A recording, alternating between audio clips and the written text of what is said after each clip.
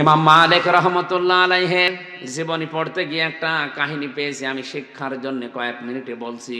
আছেন তো আপনারা? ওই জামানায় একটা মহিলা মারা যায়, পাশের বাড়ির কয়েকটা ওই পাড়া থেকে একজন মহিলাকে নিয়ে এসেছে যে লাশটা একটু ধুইয়ে দেন।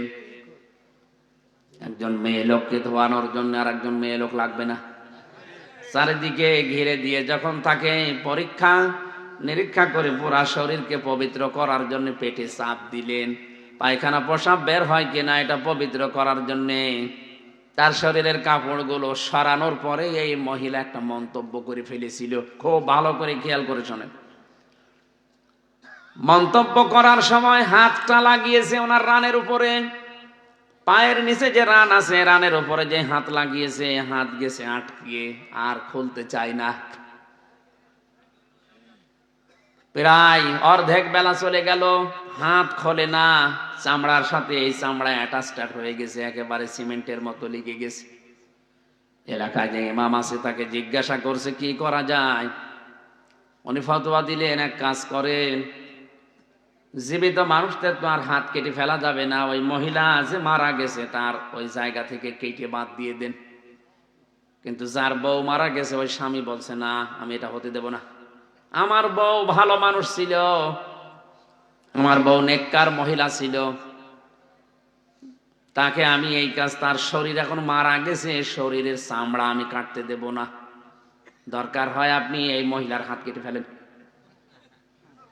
এই মহিলার স্বামী রাজি নাকি? আমরা ওই পাড়া থেকে আসলাম উপকার করার জন্যে, আমাদের কোনো লাভ ছিল না। আপনার বউ তো মারাই গেছে, ধোয়ানোর জন্য তো লোক লাগে, দাফন কাফনের জন্য আমরা এসেছিলাম প্রতিবেশী হিসাবে সাহায্য করার জন্য। এসে একটা বিপদে পড়ে গেছে, আর আমার জীবিত বউকে তাজাবর হাত কেটে নেবেন আপনি? আমি জীবনও হতে দেব না। আমার বউ অনেক ভালো, নেককার। মা বোনেরা যারা এসেছেন, এই ঘটনা থেকে ৩-৪টা শিক্ষা আমি বের করতে পারবো ইনশাল্লাহ, ভালো করে খেয়াল করে শুনবেন। এই আছেন তো আপনারা? এতটুকু পর্যন্ত শেষ না। জেলার ইমাম, রাজধানীর ইমাম যারা আছে তাদেরকেও ডাক দেওয়া হয়েছে, বড় বড় আলেম এসেছে, বলছে না কোনো সমাধান আমরা পাচ্ছি না। ওই দেশের প্রধান বিচারপতি তখন ছিলেন মদিনার ইমাম মালিক রহমতুল্লাহ আলাইহি, জগৎ বিখ্যাত আলেম তিনি। তাকে ডাক দেওয়া হয়ে গেল যে আপনি আসেন, সমাধান তো করা যাচ্ছে না, সারা দিন কেটে যাচ্ছে, এই মহিলার তো এখন পোশাক পায়খানার প্রয়োজন, খাবার দাবারের প্রয়োজন, কি করা যায়? উনি বললেন ঠিক আছে, ব্যবস্থা করো, একটা ময়দানে আমি আসতেছি। মেয়েদেরকে আলাদা পর্দার ভেতরে দিয়ে পর্দার আলায় দাঁড়িয়ে ইমাম মালিক রহমতুল্লাহ আলাইহি ডাক দিলেন মহিলাকে, এ মহিলা এদিকে তাকাও, ভালো করে লক্ষ্য করো, আমি ইমাম মালিক বলছি, এদেশের প্রধান বিচারপতি, চিফ জাস্টিস। মুসলমানদের ঈমান কেমন হওয়া দরকার, প্রধান বিচারপতির যোগ্যতা কি কি হওয়া দরকার, এই ঘটনার ভেতরে আপনি পাবেন। ইমাম মালিক রহমতুল্লাহ আলাইহি মহিলাকে জিজ্ঞাসা করলেন কি কি হয়েছে, একেবারে প্রথম থেকে পর্যন্ত সব আমাকে শোনাও পর্দার আড়াল থেকে। মেয়েটা বলছে এই হয়েছে। ইমাম মালিক কথাগুলো শোনার পরে বললেন কই, কিছু তো মিলছে না, তোমার হাত তো লেগে থাকার কথা না। আমার কাছে কিন্তু রাডার আছে, কোরআনে কারীম আছে, আমার কাছে হাদিস আছে, আমি আজ পর্যন্ত কোরআন এবং হাদিস দেখে কোনো ফতোয়া দেইনি। কোরআন হাদিসের ফতোয়া আমার প্রায় সব জানা আছে, আমি রাডার দিয়ে কিন্তু ধরে ফেলবো, তাড়াতাড়ি বলো কি করেছে তুমি। মেয়েটা তো ভয় পেয়ে গেছে, কথা বলতে আর নারাজ, রাজি না, বলছেন যা বলেছি এতটুকুই। ইমাম মালিক বললেন না, কোরআনে কারীমের আয়াত আমার আল্লাহ নাযিল করেছে যেটা একটাও মিথ্যা না, ওয়া তাম্মাত কালিমাতু রাব্বিকা সিদকাও ওয়া আদলা লা মুবাদদিলা লিকালিমাতিহি ওয়া হুয়াস সামিউল আলীম। সূরা আনআমের 115 নম্বর আয়াতটা তিনি বললেন। ইমাম মালিক ডাক দিয়ে বলে আল্লাহর বান্দি, কোরআনে কারিমে আল্লাহ যে আয়াতগুলো দিয়েছেন এটাকে দুইটা তিনটা জিনিস দিয়ে পরিপূর্ণ। এক নাম্বারে আল্লাহ যত কথা কোরআনে দিয়েছেন সব সত্য কথা। দুই নাম্বারে এটা ভারসাম্যপূর্ণ, এটা ন্যায় বিচার দিয়ে পরিপূর্ণ করা। তিন নাম্বারে কোরআনের কথা কিয়ামত পর্যন্ত কোনো পরিবর্তন রদ বদল নেই। সুবহানাল্লাহ বলতে পারেন? তুমি যা বলো এর সাথে তো মেলে না। সত্যি করে বলো কি করেছো। মেয়েটা ডাক দিয়ে বলছে, কয় আমার তো কিছু করার মতো আমি দেখি না। হ্যাঁ, আমি একটা জিনিস করেছি।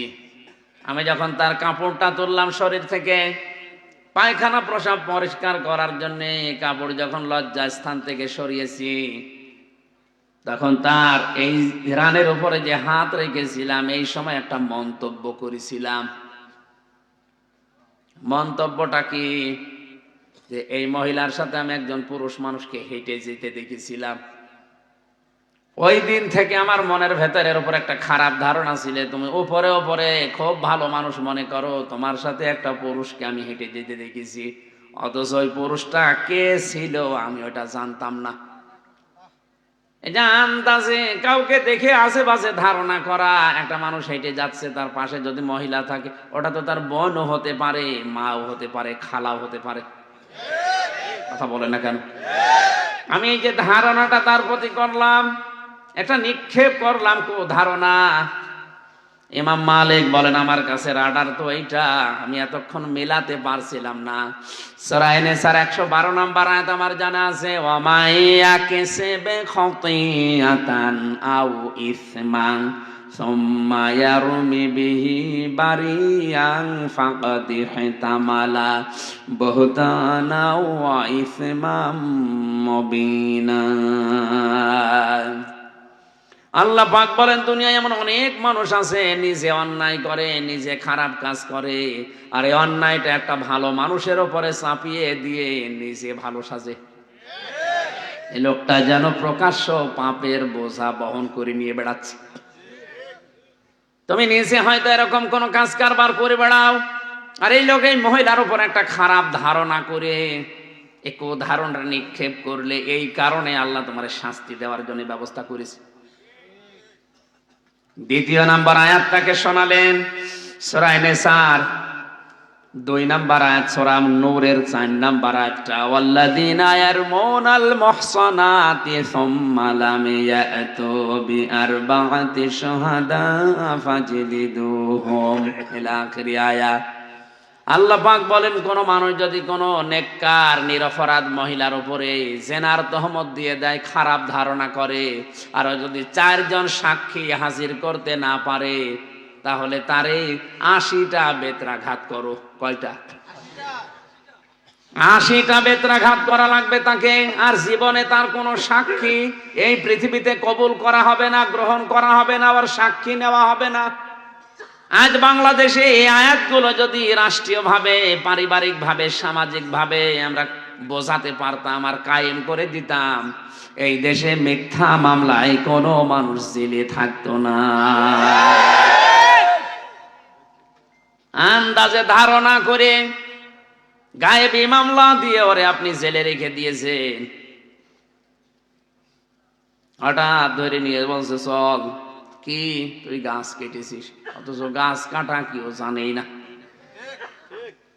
3 বছর জেলে থেকে বাস্তবে ঘটনার সাথে যা মিলালাম, এই মহিলা যদি আন্দাজে এক ধারণা করে হাত আটকিয়ে যায়, আর যারা মিথ্যা মামলা দিয়ে, মিথ্যা সাক্ষী দিয়ে মানুষের জীবন ধ্বংস করে দিচ্ছেন, আপনাদের কত কিছু আটকানোর দরকার আপনি বলেন।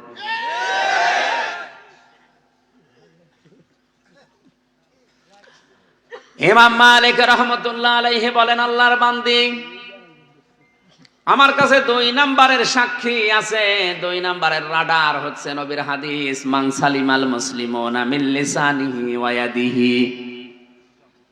ওই লোকটাই মুসলমান যার হাতের দ্বারা, যার মুখের দ্বারা মানুষ নিরাপদ থাকে। তো তুমি তো মুসলিম মহিলা, তোমার হাতের দ্বারা, তোমার মুখের দ্বারা, অন্তরের দ্বারা একটা লোক শান্তিতে নেই। এই হাত মানে শুধু এই হাত না, ক্ষমতার হাত, টাকা পয়সার হাত, প্রভাব প্রতিপত্তির হাত। মুখ মানে শুধু এই মুখ না, অন্তরেরও মুখ আছে। এই সমস্ত জিনিস দ্বারা মানুষকে কষ্ট দেওয়া, এটা আর মুসলমান থাকে না। তুমি আন্দাজে ধারণা করলে কোন কারণে বলো,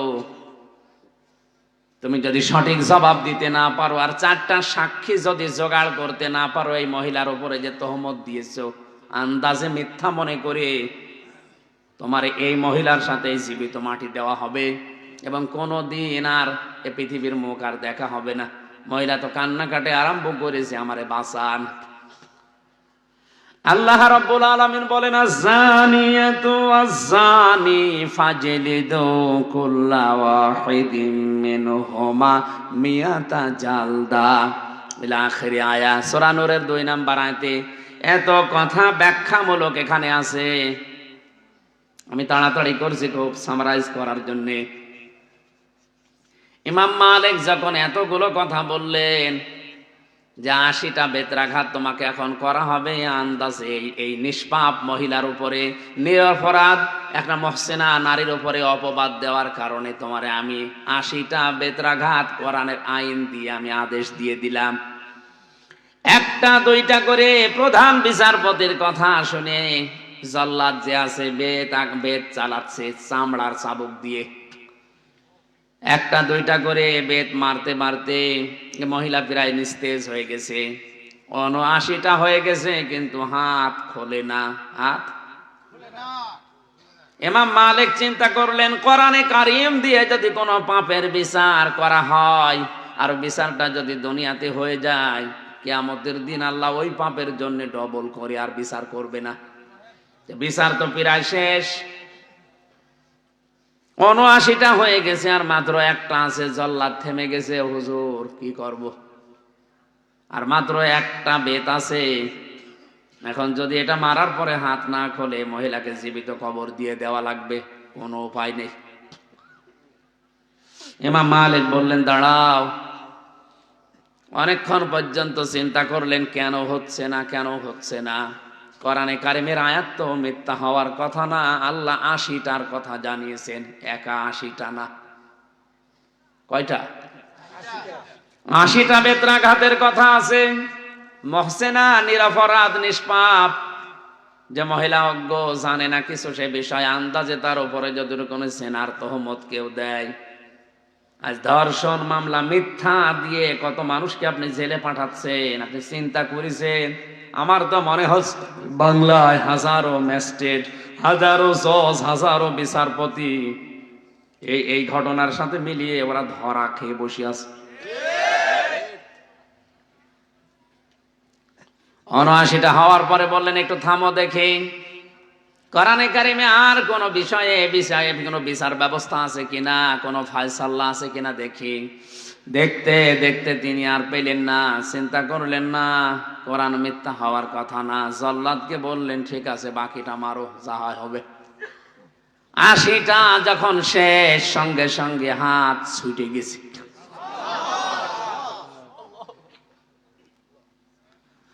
গাজীপুর বাসে ইমাম মালিকের এই ঘটনাটা কয়েক মিনিটে বলার আমার উদ্দেশ্য ছিল এই যে জাতিকে সতর্ক করছে, যারা আজ মিথ্যা সাক্ষী দিয়ে, মিথ্যা মামলা দিয়ে, মিথ্যা তহমত দিয়ে মানুষের জীবনটা ধ্বংস করে দিচ্ছেন, আপনার কি হবে আমি আশা করছি কয়েকটা পয়েন্টে আপনি বুঝে ফেলেছেন। এরপরেও যদি কেউ শিক্ষা নিতে না চান, আমার তো সতর্ক করার দায়িত্ব করলাম, এখন আপনি থামেন। আপনি যদি এখনই থেমে যান, আল্লাহর কসম, বাংলাদেশের এই 1 লাখের উপর এখন মানুষ জেলে আছে, সারা বাংলাদেশ মিলে 10,000ও থাকবে না, 90,000 বেরিয়ে যাবে।